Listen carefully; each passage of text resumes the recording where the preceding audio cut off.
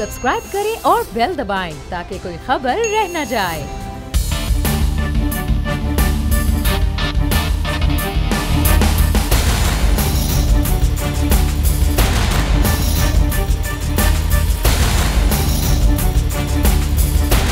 अस्सलामुअलैकुम, आप देख रहे हैं प्रोग्राम द स्पेशल रिपोर्ट। मैं हूं अरबाब जहांगीर और नाज़रीन, अब से कुछ देर पहले वफाकी काबीना का इंतहाई अहम इजलास ख़त्म हो चुका है और ये इजलास इस एतबार से भी इंतहाई अहम था कि इसमें चीनी बहरान पर जो शुगर कमीशन बना था उसके चीनी बहरान पर जो कमीशन बना था उसकी रिपोर्ट पेश की गई और तफसीली रिपोर्ट खुद वाजिद ज़िया जो DGFIA हैं और इस कमीशन के हेड भी थे उन्होंने पेश की। और इस रिपोर्ट के साथ साथ वज़ीर आला पंजाब और वफाकी वज़ीर असद उमर के बयानात को भी मुंसलिक किया गया और साथ ही ये भी बताया गया कि वज़ीर आला सिंध मुराद अली शाह ने इस पूरी तफ्तीश में ताउन नहीं किया। इस इजलास में क्या कुछ हुआ, हमारे नुमाइंदे शहबाज अहमद हमारे साथ मौजूद होंगे, उनसे तफसीलात जानेंगे और फिर इसके बाद हमारे मेहमान, हमारा मौजूद पैनल हमारे साथ मौजूद है, उनका भी आपसे तारुफ कराएंगे और गुफ्तगू का बाकायदा आगाज़ भी करेंगे। तो शहबाज, इस इजलास में क्या हुआ, वज़ीर आज़म की जानिब से क्या कहा गया, वाजिद ज़िया ने जो ब्रीफ किया, ज़रा आप भी ब्रीफली बताइएगा।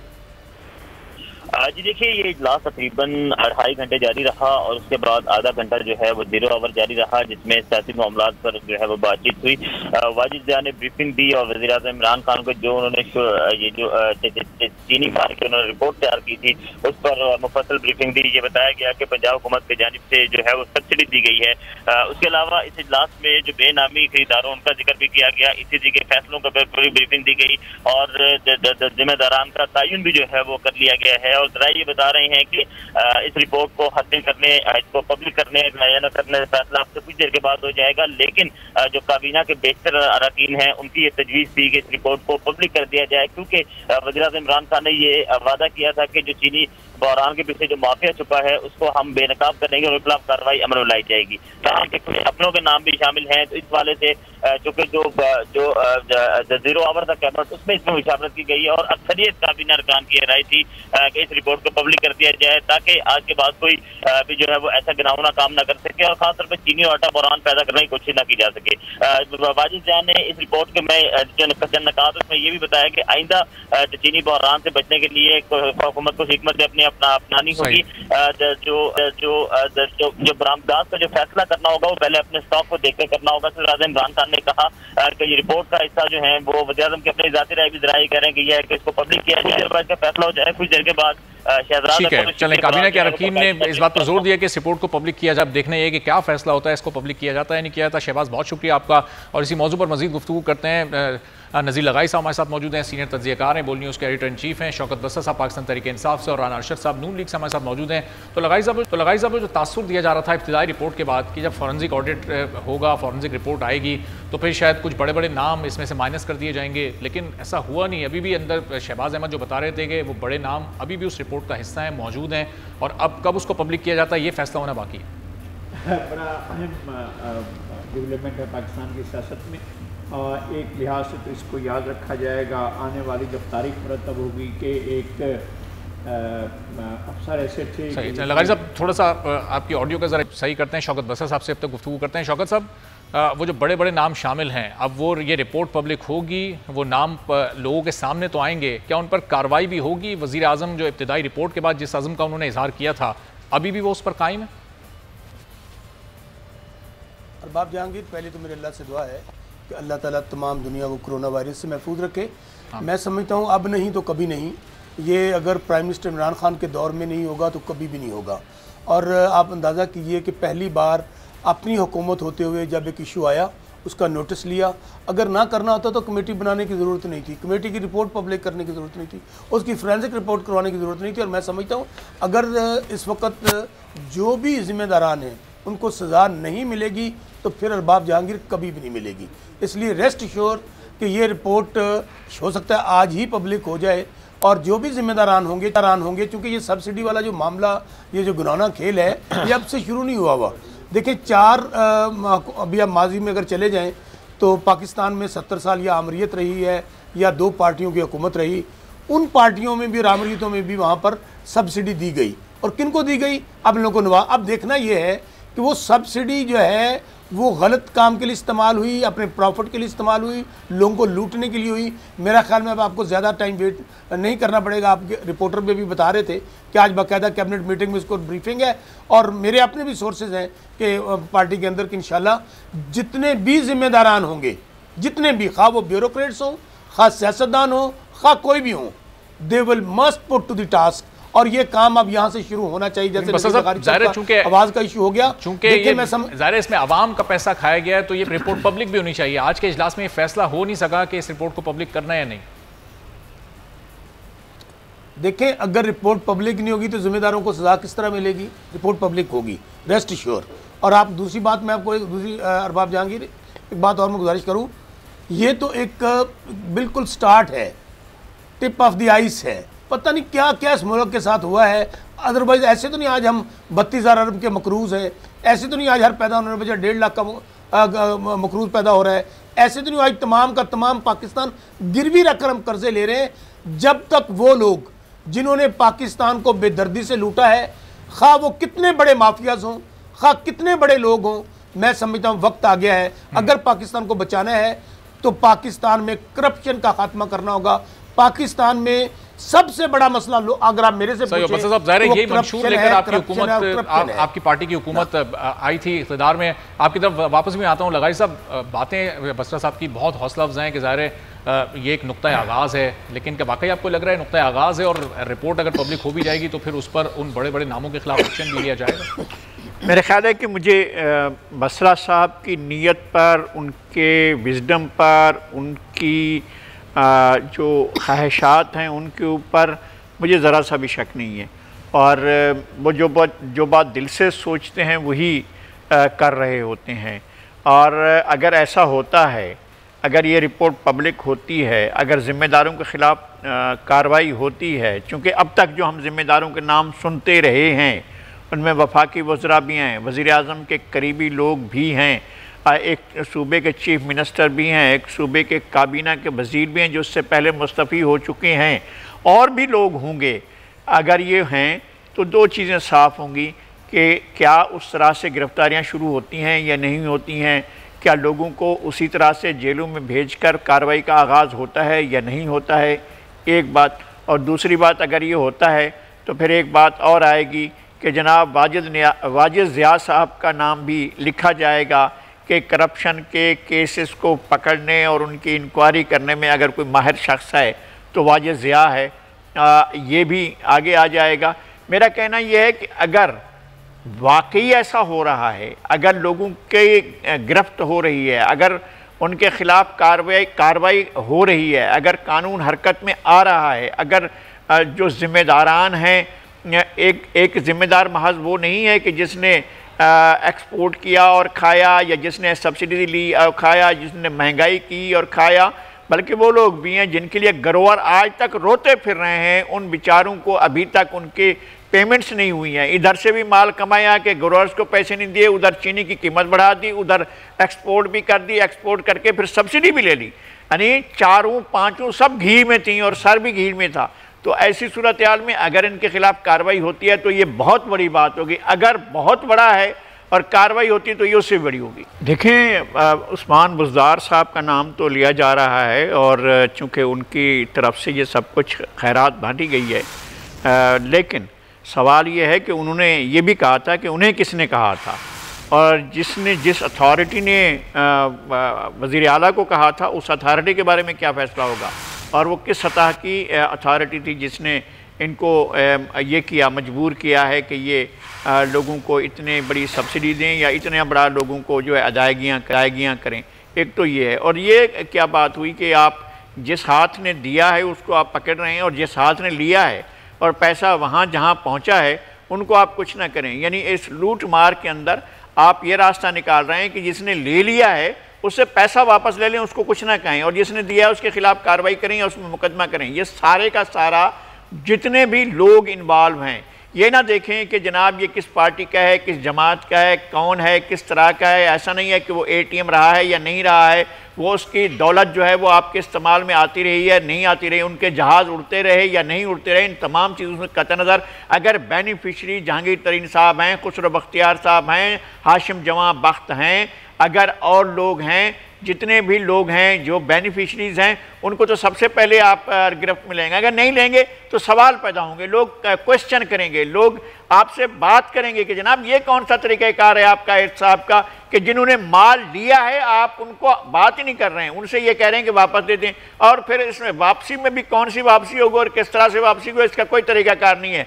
वापसी में मालूम हुआ है कि वापसी उन्होंने लिए थे इतने और वापस इतने कर रहे हैं, चूँकि इतने तो आप दूसरी चीज़ों में खर्च कर चुके हैं। ये सारी चीज़ें इस तरह से खेल बन जाएगा, एहतसाब की बजाय एक तमाशा हो जाएगा। एहतसाब पूरे का पूरा वो हो जो नजर आए और लोग इसको कहें कि ये एहतसाब है। सही। तो राना अरशद साहब, अब ये जो इस वक्त इस हुकूमत ने ये एहतसाब किया है, जिस तरह से कमीशन की रिपोर्ट सामने आई है, इसकी शफाफियत पर आपके जहन में तो नहीं सवालात उठ रहे हैं? बिस्मिल्लाहिर्रहमानिर्रहीम।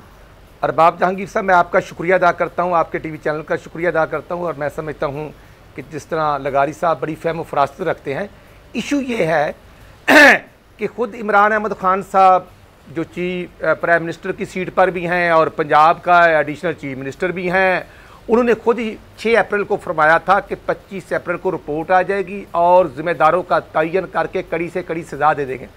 इशू ये है, सब्सिडी बिल्कुल नई चीज़ नहीं है, ये मुख्तलिफ अदवार में मुख्तलिफ हुकूमतें देती रहीं, लेकिन मसला ये है कि सब्सिडी दी गई, फेडरल गवर्नमेंट ने, प्राइम मिनिस्टर साहब ने अप्रूवल दी और सिर्फ सूबा पंजाब ने ही क्यों दी, जबकि इस्तीफ़ा देने वाले मिनिस्टर फूड पंजाब चौधरी समीउल्लाह कह चुके हैं कि मैं इसके हक में नहीं था और ये सडनली ये एजेंडा आया और उसकी अप्रूवल होगी।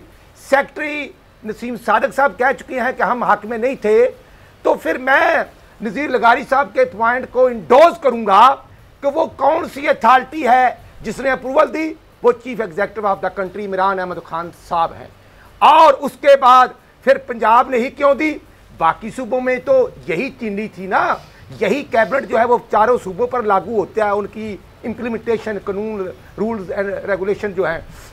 तो इसलिए मैं अर्ज करना चाहता हूँ, जो शेख रशीद ने 2 हफ्ते पहले कह दिया था कि ये 25 अप्रैल को रिपोर्ट नहीं आएगी तो नहीं आई, फिर उसने कहा कि ये फ्रांस कैसे ही है, ये चीनी तो अफगानिस्तान के दाएं बाएं चमन के बॉर्डर से इधर उधर फिरती रही है। ये ऑन रिकॉर्ड एक कैबिनेट मिनिस्टर का बयान है। इसलिए मैं कहना चाहता हूं, ये अपनों को नवाजा गया है। चाहिए तो ये था कि जो 52 रुपए से 90 रुपए चीनी हुई है, 22 करोड़ आवाम की जेब पर जो सरेआम डाका मारा गया है, वो फौरी तौर पर कीमत वापस आनी चाहिए थी, लेकिन वो कीमत वापस नहीं आई। हम इमरान खान साहब का शुक्रिया अदा करेंगे, वो इस सब्सिडी के जुर्म में अपने समेत एहतसाब शुरू करें और जो उनका कसूर या उनकी अप्रूवल है वो भी अवाम के सामने रखें। जो चीफ मिनिस्टर उस्मान बुज़दार साहब का रोल है वो भी अवाम के सामने रखें। और कमीशन का उसने तो इंडिपेंडेंटली पूरी इन्वेस्टिगेशन की है, उसने तो उस्मान बुज़दार से भी सवालात पूछे हैं, असद उमर से भी सवालात पूछे हैं। और अरबाब साहब, ये पूछना जो होता है ये भी बाहमी अंडरस्टैंडिंग के साथ तय होता था। ये तय होता था कि आज असद उमर साहब आएंगे, आज रज़ाक दाऊद साहब को बुला लें, आज उस्मान बुज़दार साहब का भी पॉइंट ऑफ व्यू ले लें। इशू ये है, ये अप्रूवल किसने दी और ये पैसा किसकी जेब में गया, और फिर जो आवाम का नुकसान हुआ है उसका अजाला हुआ है कि नहीं हुआ। सिर्फ अगर कागजात ऊपर नीचे करने से ही आवाम की आंखों में धोखा देना था तो ना देते। इशू ये है कि वो महंगाई जो हुई है, ये 52 रुपये ही इसका रेट आना चाहिए, जो जिम्मेदार उनका तयन किया जाए। और मैं समझता हूँ कि ये जैसे IPPs के मतलब कैबिनेट ने फैसला किया था, तो वो भी मैं समझता हूँ एक बहुत बड़ा स्कैंडल है। वो भी कुछ 5,500 अरब का डाका है। हम देखेंगे कौन इत्साब करता है। इत्साब तरीन साहब का किसी ने नहीं करना, खुसरो बख्तियार साहब का भी किसी ने नहीं करना। अगर खुसरो बख्तियार साहब का होना था तो जो नैब इनके खिलाफ पहले इंक्वायरी मुल्तान बेंच का रहा था वो लाहौर शिफ्ट ना होती। इसलिए मैं अर्ज़ करना चाहता हूँ कि ये डिले करने का जो जवाज़ किसी सूरत काबिल बर्दाश्त नहीं है। जो जिम्मेदार हैं उनका तयन करके फौजदारी मुकदमा दर्ज होने चाहिए और सिफारिशात तो यही सामने आई है कमीशन की जो आप कह रहे हैं करना चाहिए। तो बसरा साहब से इसका जवाब भी ले लेते हैं। बसरा साहब, जब इब्तिदाई रिपोर्ट आई थी तब भी वजीर आजम ने सिर्फ काबीना की पोजीशन चेंज की थी, वजारतें तब्दील की थी, किसी को वजारत से हटाया नहीं गया। वो जो वज़ीर आज़म एक अखलाकी अपना वो सेट करते थे सियासी नज़रिया कि जब किसी का नाम किसी उसमें आए किसी भी इशू में आए तो फिर उसको खुद अखलाकी तौर पर इस्तीफ़ा दे देना चाहिए, लेकिन अभी तक इस पूरे अमल में हमने देखा नहीं कि ऐसा कुछ हुआ। अरबाब जहांगीर, मेरी नज़र में, मैं भी एक सियासी कारकुन हूँ, 25-30 साल से मैं भी यही काम कर रहा हूँ। मेरी नज़र में तो तारीख़ रकम होने जा रही है। वो इस तरह तारीख़ रकम होने जा रही है कि माजी में हमेशा ये हुआ कि यहाँ पे ऊपर से लेकर नीचे तक, बल्कि जो जितना बड़ा हाँ वो सदर है, प्राइम मिनिस्टर है, जितने बड़े ओहदे पे है, वो कानून से मावरा होता था। उसके लिए कोई कानून, बल्कि कानून उनकी घर की लौंडी होता था। इदारे वो यरगमाल बना लेते थे। पहली दफ़ा पाकिस्तान की तारीख में अगर ये होने जा रहा है तो हमें इसके ऊपर, मैं समझता हूँ सबको, ठीक है, हमें सियासतदार अपनी पार्टी का नुक्ता नज़र देना है। यही बातें अगर बहुत अच्छा लगता है जो मुझे राना साहब बातें कर रहे हैं, दूसरे अपोजिशन के लोग, भाई आपने 4-4, 5-5 बारियाँ ली हैं, क्या क्या नहीं हुआ वहाँ पे? कर्ज उतारो, मुल्क सवारो, चीनी के स्कैंडल, आटे के स्कैंडल, डॉलर के स्कैंडल, 56 जाली कंपनियाँ, मॉडल टाउन। चले, मैं कह रहा हूँ छोड़ दें, अगर इन्होंने नहीं किया, अब इब्तिदा हो रही है। अगर चूँकि हम नहीं करेंगे तो इनमें और हम में कोई फ़र्क नहीं रहेगा। इसलिए मैं समझता हूँ कि अभी हमें जजमेंटल नहीं होना चाहिए। जितना अगर ये लैंडमार्क अचीव हो गया है कि अपनी हुकूमत के दौरान लोगों के ख़िलाफ़ इंक्वायरी हुई है, रिपोर्ट पब्लिक होने जा रही है, तो मेरे ख्याल में हमें इंतज़ार करना चाहिए कि हमारे जो इंफॉर्मेशन मिनिस्टर हैं, जब वो प्रेस कॉन्फ्रेंस करेंगे तो उसमें जो रिकमेंडेशंस आई होंगी, उस जिन्होंने तफ्तीश की है फ़िज़ा वाजिद साहब की कमेटी में, कमीशन ने, उन पे ऊपर फिर हम तबसरा करेंगे कि भाई किसको छोड़ा गया है, किसको रखा गया है। अभी तो ज़ाहिर मैं फिर कह रहा हूँ, क्योंकि हमें यकीन नहीं हो रहा, अपोजिशन वालों को ख़ास तौर पे इसलिए यकीन नहीं हो रहा, वो बार बार अपने आप को चूटियाँ काट रहे हैं, दंदियाँ काट रहे हैं। यार ये कभी ऐसे हुआ था? ये हम तो चोरी भी कर जाते थे, डाका भी कर जाते थे, गरीबों को लूटते भी थे, पैसा भी खा रहे थे, कोई पूछने वाला ही नहीं था। जंगल का कानून था, जिसकी लाठी उसकी भैंस थी। अगर कोई वजीर आज़म है, कोई सदर है, तो उतना ही बड़ा वो, उसके पास लाइसेंस मिल जाता था डाके और चोरी का। सो मेरा ख्याल कहता है ये एक डिसाइसिव टाइम है, ये एक हिस्टोरिकल टाइम है। इसके ऊपर हम सब लोगों को नज़र रखनी चाहिए। मैं बतौर तहरीक इंसाफ के, इस वक्त मैं उनको रिप्रेजेंट कर रहा हूँ, मैं ये समझता हूँ कि ये अगर हमारी हुकूमत ने ना किया तो फिर ये समझ ले कि कोई पाकिस्तान की तकदीर नहीं बदलने वाली, कोई नया पाकिस्तान नहीं होने वाला। इसलिए अरबाब जहांगीर, मुझे यकीन है कि अगर प्राइम मिनिस्टर इस लेवल तक इस मामले को ले आए हैं, उन्होंने, याद है आपको क्या कहा था, हुकूमत तो बहुत छोटी सी चीज़ है, मेरी जान भी चली जाए मैं किसी के साथ बारगेन नहीं करूंगा। मैं सही है, बसर साहब, बात करना बहुत आसान होता है, उसके बाद उस बात को पूरा करना बहुत मुश्किल होता है। आपसे ही मैं सवाल करता हूँ कि कमीशन, अब जो ये शुगर कमीशन की रिपोर्ट सामने आई है, कुछ इसमें ताज़ा एक खबर सामने हमारे पास आई है। कमीशन ने हुकूमत, अपोजिशन और शुगर मिल मालकान में से बेशतर को कसूरवार ठहरा दिया है। इस रिपोर्ट की जो तफसीलात अब आहिस्ता आहिस्ता सामने आना शुरू हुई हैं। असद उमर, रज़ाक दाऊद, पंजाब काबीना को भी रिपोर्ट में कसूरवार ठहराया गया और जहांगीर तरीन, खुसरो बख्तियार और मोनिस इलाही भी इसमें कसूरवार करार दिए गए हैं। तो बसरा साहब, अब जब इतने बड़े बड़े नाम सामने आ रहे हैं, वज़ीर आज़म के लिए इतना आसान होगा इन तमाम लोगों के खिलाफ कोई करार वाकई सज़ा तजवीज़ करना, इनको इनके ओहदों से हटाना, इनके खिलाफ एक्शन लेना? अरबाब जहांगीर, पाकिस्तान से बढ़ के कोई भी नहीं है। ये पाकिस्तान ऐसा हमारा मुल्क है जो बहुत कुर्बानियाँ दे के बना है। नज़ीर लगारी साहब हमारे सीनियर यहाँ बैठे हैं। क्या इस मकसद के लिए पाकिस्तान लिया गया था कि यहाँ पर 10% अशराफिया होगी, वो इस मुल्क को दोनों हाथों से लूटेगी और उनको कोई पूछने वाला नहीं होगा? हमारी माँ और बहनों ने इसलिए कुर्बानियाँ दी थी। जाएँ कश्मीर के लोगों से पूछें आज़ादी क्या है, किस तरह वो कुर्बानियाँ दे रहे हैं, किस तरह हमारी माँ और बहनों की इज्जतों को लूटा जाए। मैं कहता हूँ कि अब मैं स्टार्ट में कहा था, अब नहीं तो कभी नहीं। अरबाब, खा कोई भी हो, खा कोई भी हो, किसी को स्पेयर नहीं करना चाहिए। इसके ऊपर क्या असरात आते हैं, हुकूमत को क्या होता है, पार्टी को क्या होता है, कौन टारगेट पे आते हैं। मैं क्या में देख रहा, अभी आपने 1 मिनट बाद ही रिपोर्ट और आ गई है, मैं भी देख रहा हूँ कि सलमान शहबाज को भी गिल्टी करार दिया गया है। इसलिए मैं कहता हूँ कि अभी हम वेट करें और मुतालबा करें, जितने भी हम लोग हैं, वो मैं हूँ, वो राना अरशद साहब हैं, किसी पार्टी का कोई लोग हैं, हमें मुतालबा करना चाहिए कि यहाँ से काम अगर शुरू हुआ है तो वो लोग जिन्होंने हमारे बच्चों के पाँव से जूता छीना है, जिन्होंने हमारे बच्चों के मुंह से निवाला छीना है, जिनकी वजह से आज हमारा मुल्क जो है वो एक बेकारी बन चुका है, उनको स्पेयर नहीं करना चाहिए। खा उनका तल्लक किसी पार्टी से हो, खा वो ब्यूरोक्रेट हो, खा किसी इदारे से हो, अक्रॉस द बोर्ड उनके खिलाफ कार्रवाई होनी चाहिए। और कार्रवाई में मैं फिर कह रहा हूँ, इसको मिसाल बना देना चाहिए, इसको मिसाल बना देना चाहिए। चलें बसर साहब, ज़ाहिर आपके पॉइंट यहाँ पे तो अच्छा होता है कि ही इसको है। मिसाल बनाना चाहिए और हुकूमत को अब इस पर एक्शन भी लेना चाहिए। लगाई साहब, कल भी वज़ीर आज़म पाकिस्तान इमरान खान का बयान था कि हुकूमत इस वक्त गरीबों का ख्याल करे। पूरी दुनिया से वो ये मुतालबा कर रहे थे कि जो तरक्की पजीर ममालिक हैं उनके कर्जे भी माफ़ कर दिए जाएँ, लेकिन जब मुल्क में ही गरीबों का ख्याल नहीं किया जाएगा, अब ये रिपोर्ट तो सामने आ गई, अगर इस पर जिम्मेदारान के खिलाफ वज़ीर आज़म एक्शन लेते हैं तो उनकी तो आधी काबीना फारिग हो जाएगी, बड़े बड़े नाम उसमें से ज़ाहिर जद में आ रहे हैं। क्या समझते हैं आप, कितना बड़ा चैलेंज होगा वज़ीर आज़म के लिए अब इस बात को मंतकी अंजाम तक पहुँचा? देखें, एक तो ये है कि ये बात तो है कि नफ़ा नुकसान के बगैर इमरान खान कार्रवाई करने की सलाहियत रखते हैं, पहली बात तो ये है। और अगर वो इस सलाहियत को बरूए कार लाते हैं, अगर वो उन लोगों के ख़िलाफ़ कार्रवाई करते हैं, उसके बाद अगर हुकूमत रहे न रहे, इमरान खान वज़ीर आज़म रहें या न रहें, सब्सक्राइब करें और बेल दबाएं ताकि कोई खबर रह न जाए।